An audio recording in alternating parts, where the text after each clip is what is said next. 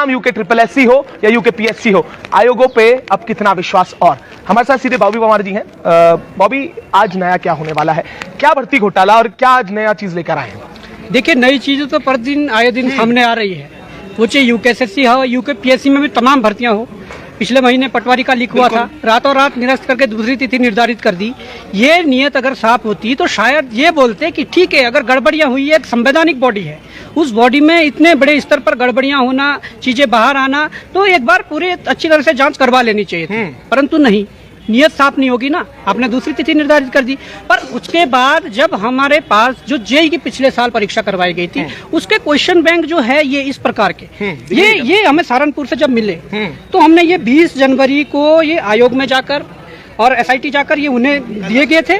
तो उसके बाद उन्होंने अंदरूनी विवेचना में कुछ रिकॉर्डिंगें भी हमारे पास आई थी, उसके आधार पर जो विवेचनाएं की तो हम सीएम साहब से भी मिले थे। सीएम साहब ने वहाँ जांच के आदेश दिए थे। तो जांच के आदेश के बाद अब कार्रवाई होना शुरू हो गया। पर हमारी चिंता अमित भाई ये है कि अगर हमारे हाथ ये ना लगता या किसी के हाथ भी ये नहीं लगता, तो मुझे लगता है कि जैसा चल रहा है, सरकार शायद मजबूरी में जो चीजें सामने आ रही है उस पर कार्रवाई करनी पड़ रही है। पर इनका इंटेलिजेंस सोया हुआ है, इनका एलआईयू सोया हुआ है, इनका आईबी सोया हुआ है, जिन्हें पता नहीं लग पा रहा कि चीजें किस स्तर पर चल रही है। तो ये प्राचीन इंटेलिजेंस जो ब्यूरो है उन पे भी खड़े हो रहे हैं। तो मैं ये कहना चाहता हूँ, अब अगर ये हमारे पास नहीं आता तो कार्रवाई नहीं होती। और ऐसी कितनी भर्तियां हुई होंगी, ऐसी कितनी चीजें होंगी जो हमारे पास नहीं आई, सरकार को पता भी होगा, कार्रवाई नहीं की। तो ये चिंता हमारी है। तो इसलिए अब जब पिछले साल क्वेश्चन बैंक बाहर था, 8 जनवरी को पटवारी का क्वेश्चन बैंक बाहर था, तो मुझे लगता है कि इसके बीच बड़ी बड़ी परीक्षाएं हुई। बिल्कुल, अपर पीसीएस जिससे एसडीएम बनेंगे, जिससे डीएसपी बनेंगे, और कल के दिन वो जब सेलेक्टेड हो जाएंगे, किसी जांच समिति के भी हेड बनेंगे, उस जांच को भी पूरी तरह से प्रभावित करेंगे। तो ऐसे लोगों का सिलेक्शन होना या ऐसे लोगों को फायदा पहुंचाने के लिए रैकेट चल रहा था, जिसका आजकल भंडाफोड़ हो रहा है। तो मुझे लगता है कि जो वहाँ के अध्यक्ष हैं कहते हैं कि उनका सर्विस रिकॉर्ड बहुत अच्छा रहा है। तो अगर सर्विस रिकॉर्ड बहुत अच्छा रहा है तो उनसे मैं निवेदन करना चाहूंगा कि आप मोर्चा संभालिए। अगर आपके ऊपर किसी सरकार का दबाव है या किसी माफिया का दबाव है तो आप इस्तीफा दे दीजिए। आप स्पष्ट रूप से कहिए, जैसे एस राजू जी ने कहा कि मैं इस्तीफा दे रहा हूँ, मेरे ऊपर माफियाओं का दबाव है, मेरे ऊपर सफेद पोशों का दबाव, तो आप भी इस्तीफा दीजिए। और अगर आप अच्छा करना चाहते हो जाते जाते, तो आप अपने हाथ से लेटर लिखिए कि सीबीआई जांच हो। अगर हिमाचल प्रदेश में एक पुलिस कांस्टेबल भर्ती लीक में सीबीआई जांच हो सकती है, यहाँ तो अनगिनत है कितनी भर्तियां यहाँ पर हो गई है जो लीक हो गई है, उसके बाद भी सीबीआई का न लाना यहाँ पर प्रश्न चिन्ह खड़ा करता है प्रदेश सरकार के मंशा पर, यहाँ पर प्रश्न चिन्ह खड़ा करता है आयोगों की मंशा पर। इसलिए सीबीआई को आमंत्रण देना पड़ेगा। सीबीआई जब खंगालेगी, क्योंकि यहाँ जो बड़ी परीक्षाएं हैं जैसे पीसीएस और वगैरह, जो ग्रुप बी की जो परीक्षाएं हैं, उसमें बाहर प्रदेश के जो लोग हैं वो ज्यादा अप्लाई करते हैं, क्योंकि सबका पसंदीदा स्टेट उत्तराखंड है कि उत्तराखंड में सर्विस करनी है। तो इनके तार किस किस प्रदेश में जुड़े वो सीबीआई ही खंगाल पाएगी, ये मैं कहना चाहता हूँ। और निश्चित रूप से ये जो इनके बीच में जो परीक्षाएं बड़ी बड़ी हुई है, सबके प्रश्न पत्र बैंक बाहर होंगे जब इन परीक्षाओं के हो सकते हैं। तो ये जांच का विषय और जांच करके इन पर कार्रवाई होनी चाहिए। अभी एक सवाल है, बड़े अच्छा आपने कही इंटेलिजेंस फेलियर। दूसरी चीज ये रही, एक रिकॉर्डिंग, एक ऑडियो वायरल हुई है जिसमें कुछ छात्र बात करते हुए नजर आते हैं, अभ्यर्थी बात करते हुए नजर आते हैं, जिसमें वो ये भी कहते हैं कि 20 जनों का एक ग्रुप बनता है, उन्हें पेपर दे दिया जाता है, 20 लाख रुपए में डील होती है। तो ये अपना भी बड़े सवाल है अब कि ये ऑडियो, अगर आपने बहुत अच्छी बात कही कि अगर ये ऑडियो बाहर नहीं आती या बॉबी परमार जैसे व्यक्ति अगर ये लड़ाई नहीं लड़ रहे होते तो ये क्या तमाम घोटाले बाहर आ पाते? ये अपना पे बड़े सवाल है।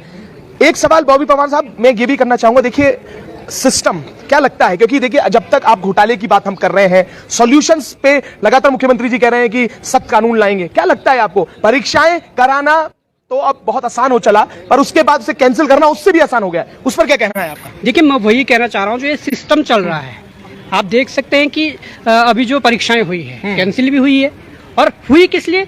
ये नाकामी ये सिस्टम की थी। क्योंकि अगर चीजें सामने आई है और इस ब्रॉड स्केल पर अगर सामने आई है तो इसलिए हुई है। आप कह रहे हैं कि परीक्षा करवाना आसान है, अब मुझे नहीं लगता कि एक पारदर्शी परीक्षा करवाना इतना आसान है। परीक्षा करवाना तो आसान है, आयोग ने भर्ती 9 तारीख को कैंसिल करी और 12 तारीख की डेट दे दी और आसानी से करवा भी देंगे। पर एक पारदर्शी परीक्षा करवाना बहुत मुश्किल हो गया है, जिसके लिए सरकार को नियत साफ करनी होगी। क्योंकि सरकार के देखिए ना, भाजपा के ही आदमी उसमें पकड़े जा रहे हैं, कितना दुर्भाग्य है। आप ये देख सकते हैं कि हम जो हमारे हाथ जब लगा तो 20 तारीख को हमने ये चीजें दे दी थी, और हमने एक युवक के माध्यम से 31 तारीख को वो रिकॉर्डिंग जिसकी आप बात कर रहे हैं वो भी एसआईटी को पहुंचा दी थी। 31 तारीख को वो रिकॉर्डिंग एसआईटी को मिल गई थी, जो रेखा यादव जी है, और 20 तारीख को हमने ये चीजें दे दी थी। तो ये बात सामने आती है कि अगर ये चीजें नहीं आती, वहीं पर मैं आ रहा हूँ, तो बड़ा वो हो जाता है। और आप चालाकी देखिए, आज मैं अखबार में महेंद्र भट्ट जो इनके प्रदेश अध्यक्ष है, उनका बयान सुन रहा था कि इनका भाजपा से कोई नाता नहीं, जो मंगलोर के वो पकड़े गए, क्योंकि हमने 25 तारीख को हटा दिया गया था। 20 तारीख को जब हमने चीजें दी तो उन्हें लगा, तो उन्हें 25 को हटा दिया। देखिए कितने स्मार्ट लोग हैं, कितनी स्मार्ट पार्टी है, तो उनको हटा दिया क्योंकि उन्हें पता था इनका नाम इसमें आना है। तो ये तमाम चीजें हैं, नियत साफ करनी पड़ेगी। ये किसी पार्टी के लिए मैं नहीं बोल रहा, ये उस सरकार के लिए बोल रहा हूँ। उत्तराखंड की सरकार है, वो आज पार्टी नहीं है, उत्तराखंड की सरकार है। उत्तराखंड के हर एक व्यक्ति का, अंतिम व्यक्ति का हित समझना उसकी वो जिम्मेदारी है। तो मैं उन्हें कहना चाहता हूँ कि प्रदेश हित की बात है, इसमें खुलकर आगे आइए, और अगर इतने ब्रॉड स्केल पर हुआ तो सीबीआई को बुलाइए, क्या दिक्कत है। पर इसमें ये स्वाभाविक प्रश्न उठता है, आपने कहा सरकार का सवाल नहीं है, जितने गिरफ्तारी अगर होती है उसमें मंडल अध्यक्ष के भी नाम आते हैं, कई लोगों से बरामदगी जो होती है इनोवा कार से लेकर बड़े बड़े पैसों के साथ होती है। ये अपने आप में सवाल तो खड़े करता ही है कि आखिर सिस्टम में रह के सिस्टम को कौन चला रहा है, ये बड़ा सवाल है। बिल्कुल, सिस्टम को तो माफिया चला रहे होंगे, जिस प्रकार से देखा जा रहा है। आयोग के अंदर ही आप ढंग से छटनी कर लीजिए, पता लग जाएगा। आप सरकारों से जुड़े लोगों की जिनके नाम आ रहे हैं, कोई कह रहे हैं भाजपा नेता का नाम, पर मैं तो हिंट यहाँ तक दे रहा हूँ, वो जो भाजपा नेताओं के नाम आ रहे हैं उसमें 2 विधायक हैं। अब मैं हिंट दे रहा हूँ, आप करिए जांच, आपकी एसआईटी जांच करे कौन है, और नहीं है तो सीबीआई को बुलाइए, वो खोलकर सामने रख देगी और विधायकी भी जाएगी। एक यूकेपीएससी को लेकर बॉबी परमार, आपने कहा संजय चतुर्वेदी, जो चतुर्वेदी पकड़े गए हैं, क्या केवल मात्र एक वही चतुर्वेदी हैं या अन्य भी चतुर्वेदी? क्योंकि आपने कहा यूकेपीएससी के बहुत महत्वपूर्ण एग्जाम इस दौरान हुए हैं, क्या उन्हें भी लीक होने की, या पेपर जो ये पूरा ये प्रकरण है उसमें वो भी शामिल हो सकते हैं? इस पर क्या कहेंगे? बिल्कुल शामिल हो सकते हैं, मैं लिख के दे सकता हूँ। और अगर विश्वास नहीं है तो हम नाम बताएंगे, उनका नार्को टेस्ट करवा लीजिए, हमारा भी नार्को टेस्ट करवा लीजिए। हम ये भी कह रहे हैं क्योंकि उनके अंदर तो बहुत से चतुर्वेदी हैं। इतना बड़ा रैकेट चल रहा है और कब से चल रहा है इसका तो अनुमान भी नहीं लगा सकते। चीजें बाहर है, पिछले साल की चीजें बाहर है, इस साल की चीजें बाहर है, तो ना जाने कितनों में। और यहाँ तक मैं कह रहा हूँ, तुम तो ऐसे लोगों को वहाँ पर विशेषज्ञों के रूप में रख रहे हो जिनके कहीं ना कहीं संस्थान चल रहे हैं, जो कहीं ना कहीं संस्थानों से जुड़े हुए हैं, तो क्या वो अपने लोगों को फायदा नहीं पहुंचाएंगे?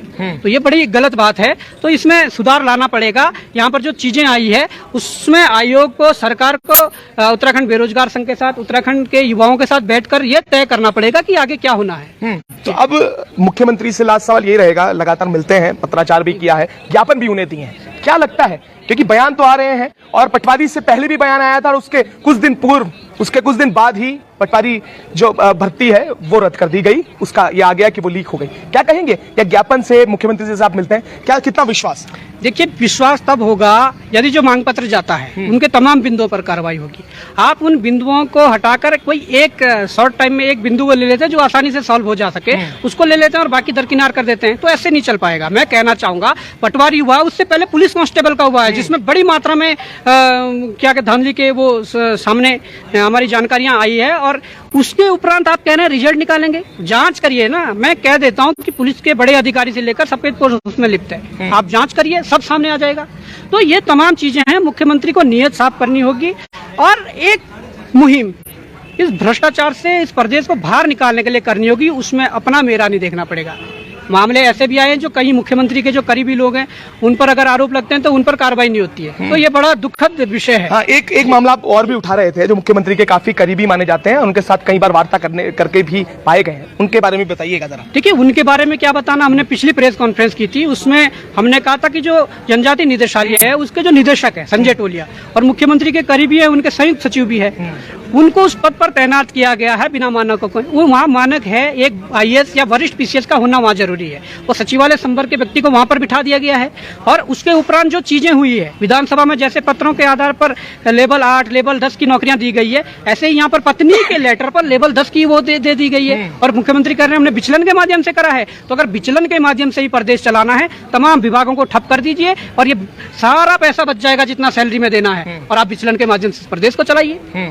तो इसमें अब आगे क्या रहेगा, क्या कदम उठाने वाले? क्योंकि देखिए, अब सवाल ये उठने लगा है कि एग्जाम्स करा लिए जाएं, अगर सिस्टम ठीक नहीं होता तो फिर वही रिपीटिशन होती रहेगी। पटवारी परीक्षा में लोगों को आस थी, युवाओं को आस थी कि इस बार शायद कंट्रोल होगा, इस बार माफिया हावी नहीं होगा, पर इस बार भी धूल झोंक दी गई युवाओं की आंखों में। क्या कहेंगे? नहीं, बिल्कुल, देखिए, अगर प्रकरण पिछले साल से चल रहा है, बिल्कुल, ये अगस्त जुलाई से शुरू हो गया था, जुलाई अगस्त से, तो आप मान सकते हैं कि उस समय ही, उसके बाद तुरंत आप किसी मलिन बस्ती को बचाना हो किसी उनको बचाना हो तो तुरंत अध्यादेश आ जाता है। पर यहाँ पर आप नकल रोधी कानून नहीं ला पा रहे हो तब से, तब हाकम सिंह जैसे लोग अंदर हुए, मनराल जैसे लोग अंदर हुए, तो और आप अभी तक वो नहीं ला पाए। आप नकल रोधी कानून लाइए, आप अच्छे से जांच करवाइए, उसके बाद इन युवाओं का भविष्य निर्धारित करिए, इन युवाओं के भविष्य के साथ खिलवाड़ ना कीजिए, इन युवाओं की तब परीक्षा करवाई जाए। ऐसा नहीं है कि अभी आप 12 का करवा रहे हैं, उसमें 380 प्रश्न बाहर थे, किसी को कोई पता नहीं है कि कौन से प्रश्न थे। क्या उनका ही दबाव था 18 लाख 20 लाख वालों का कि 100 प्रश्न तो जो आ गए वो आ गए, 280 क्वेश्चन जो बचे हुए हैं हमने वो पूरे पढ़े हैं, हमने 280 में से ही 100 प्रश्न बना के दो, हमारा पैसा भी बचेगा और हम तुम्हारे नाम भी नहीं बोलेंगे कि कौन कौन अंदर जाने वाले। ये भी रणनीति हो सकती है, तमाम संभावनाएं हैं। तो ये चीजें जब तक नहीं रुकेगी, जब तक इस पर कंट्रोल नहीं होगा, मुझे नहीं लगता कि इस प्रदेश को हम बचा पाएंगे।